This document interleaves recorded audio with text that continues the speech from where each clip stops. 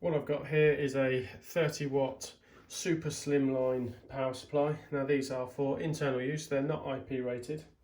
They come in either 12 or 24 volts. This one is a 24 volts power supply because I've got 24 volt LED strips attached to it.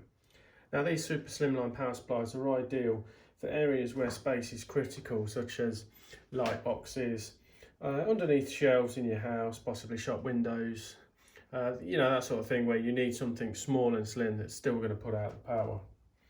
Now, as with most of our power supplies, we've got the AC input on the left, and I've got this one wired into a 3-pin plug and then just plugged into the wall. But you can also wire these direct into the mains. Now on the DC output side, you've got your positive and negative terminals, and I've got this wired into an LED, but you can wire these into receivers, controllers, that sort of thing. You can wire in multiple LED strips, just as long as you don't overload the power supply. So in this instance, you wouldn't want to put more than 30 watts of power onto it, which would be about 6 meters of 5-watt LED tape.